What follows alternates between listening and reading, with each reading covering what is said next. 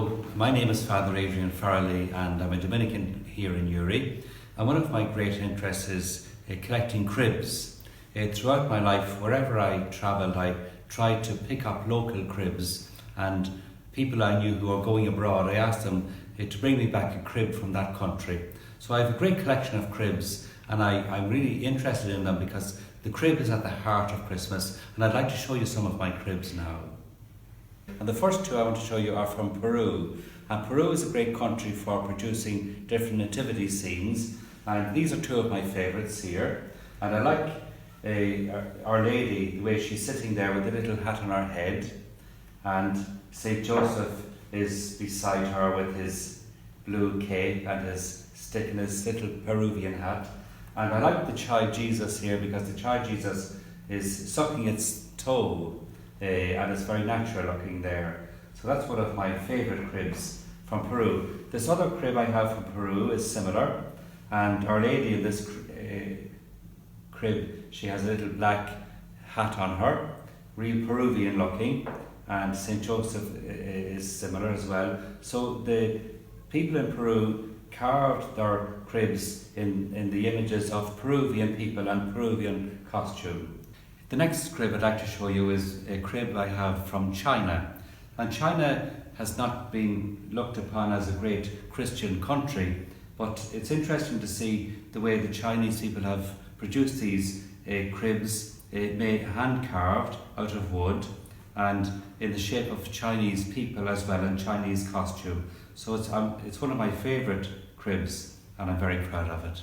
And in Poland they make these nativity scenes out of usually foil paper, and the nativity is in the bottom here, and there's a big castle or a big building and flags above the crib. And most Polish houses have these cribs in their homes for Christmas time, but it's very colourful and very attractive and very beautiful. I'm very fond of African cribs because many of the African cribs are hand carved in the local wood. And the crib I have here is from Zimbabwe, and the figures are hand carved out of wood, and a lot of the cribs are made by poor people, and they hand carve the cribs in order to generate some money for themselves. And I always feel that it's helping the poor in these African cribs. This crib I have here now is from Vietnam, and I'm very fond of it because it was made by the street children in Vietnam, and they carve the figures out of natural stone in Vietnam, and when people sell these cribs for the children, they make money to help the street children. When I first became interested in cribs, my interest was in miniature cribs, because wherever I went it was easy to carry miniature cribs. So I have some miniature cribs I'd like to show you here. I have two lovely cribs from Costa Rica, and this one is in a church. And if you lift up the church, you can see Mary and Joseph and the baby Jesus. It's one of my favourites. And the other crib I have here, another one is from Costa Rica, and it's a crib made built into an eggshell. It's a very fragile thing, but the people there were able to cut open the eggshell and then inside put the nativity scene in the eggshell.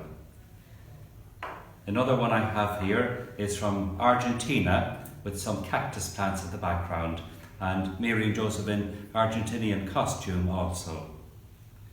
And this one here is from Bolivia, and it's a seed pod that grows on a tree, and if you open the seed pod, they have put in the nativity scene inside in the seed pod, and the top of it is painted into the form of a star.